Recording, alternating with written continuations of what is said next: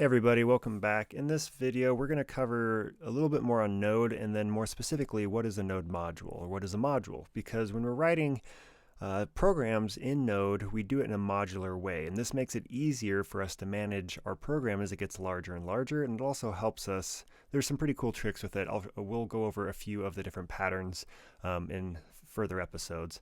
But let's cover the basics here. So we've already talked about Node. It is the V8 JavaScript engine. Program was written, it uses that engine, we can install it, now we can write JavaScript on our computer. Great. So what is a Node module then? Well, let's split this up even more. What is a module? You can define a module simply as a file. So I'll write that here. A module is a file. So if I open up my window here to the different files, I have these two empty JavaScript files, app.js and math.js. These are both modules. Just another name for it when we're in Node. So you may have downloaded Node modules before from third-party services like npm.js, the Node package manager. All you're doing when you install a package is you're installing a bundle of Node modules, a bundle of files other programmers have written that you can now use. Well, you can use Node to create your own modules. You can even host them on npm if you'd wish. But we're going to show you some of these patterns and what it means. And there's a few keywords that Node gives you that allows you to write these modular patterns. Okay, a module is a file, so a Node module is a file in Node. We're going to write our first module here, and there's two keywords we need to know. The first is require, and the other one is module.exports. And I'll keep these actually lowercase because that's how we'll need to write them. These are both, require is a function, and it's synonymous with import. So think of the word import when you hear the word require. Module.export synonymous with export. So we can export something from a file and require it in another file. We can say, hey, from this module, add to its exports the following property or properties. And then in another file, we can say require from my file the following modules.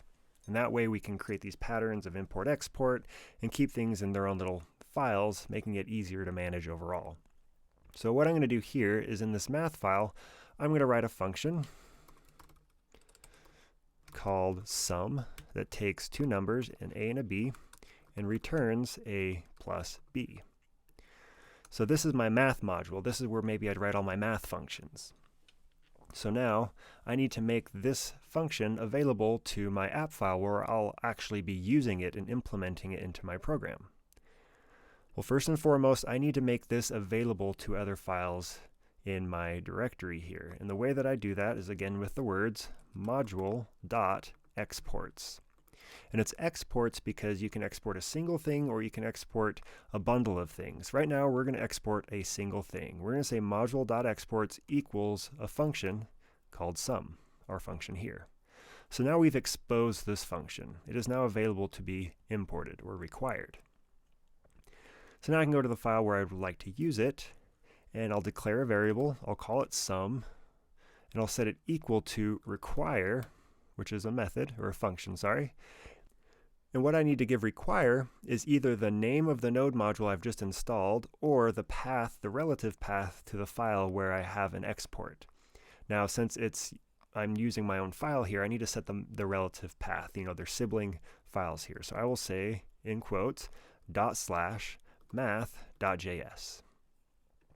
On the next line, let me just console log sum, and let's see what we got. So open my terminal here. Node app.js, and there we go. It says what sum is a function, and it knows that because it's pulling it in from the other file. Now, if you recall, you may have not used Node in a little bit, so in case you haven't, remember, we can execute any JavaScript file in the terminal by using the Node CLI. So all we have to say is node space and then the file name we want to run. And it needs to be relative to where we are. So if it was a few levels deep, you know, we // or /files / other files / app.js. And as long as I had a files folder here with an other files folder in it with an app.js in it, this would run it the same. But easiest, as you can see, just call it from the directory that it's in. Okay, so let's actually call the function now and see this happen. So I'll say const result equals sum, and I'll pass in my two numbers, 10 and 20, for example. And then I'll console.log result. When I run this file, we get 30. Great, so this is the very, very basics of a node module, or a module pattern. I could write other functions in here, as we'll see shortly, and I can export them all. So let's actually look at that now. In the next video, we'll go over some of the common patterns that you can use when creating modules. All right, so we've exported sum, and we're requiring it here. We're just calling it by its name.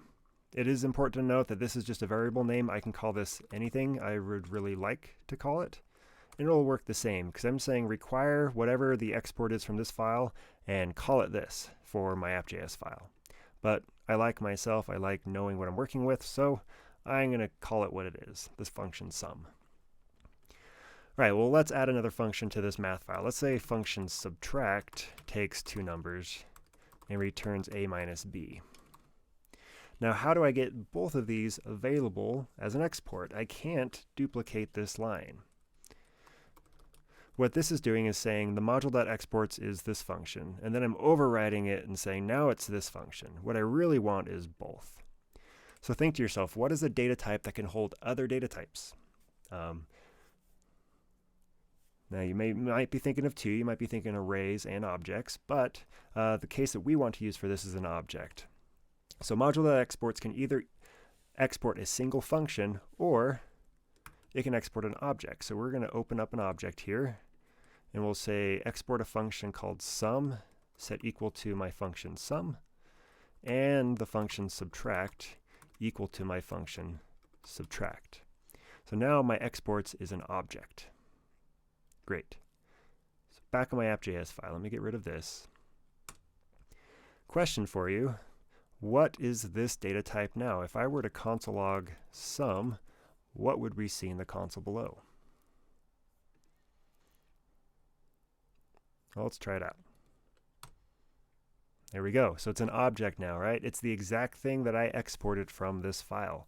So now I have an object. So sum has a dot sum and a dot subtract, which are the functions. Well, that doesn't make so much sense to say sum.sum and sum.subtract. So let's name this something else like math. And now I can say console log math.sum with 10 and 20, but also console.log math.subtract with 20 and 10. Now let's do something different so we can see the different numbers. So here we should output 30. Here we should output 20. Let's see. Great. So that's one way that we can export multiple items. I could keep writing math-like functions in here, add them to this object, and then when I import my math module, I get all the functions in an object I'm calling math, and then I can use them like this. Now, you may be thinking to yourself, do I have to keep repeating the word math? No. With ES6, if you recall, we have object destructuring, and this is an object.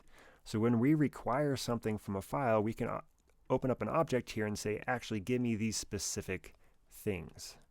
So let's try that. Instead of saying math, I'm going to open up an object and say, give me the sum function from whatever object this is returning.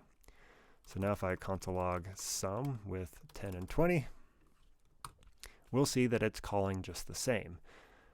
And now if I needed subtract, I just can add a comma here and say also give me the export called subtract, and I can use that as well. All right, so that was a few different examples. You may need to review this just to get a handle. Definitely try simulating this. Make a math file, make an app.js file, work with require and module.exports, exporting both a pure function or single function and also an object full of functions and other things. Because in the next video, we're going to go over a couple, maybe 4 or 5 different module patterns, different ways to use module.exports and require to achieve a similar result, splitting up our files into their separate modules that all do their specific thing, making our large program way easier to handle. All right, once you get a little practice, let's go to the next video.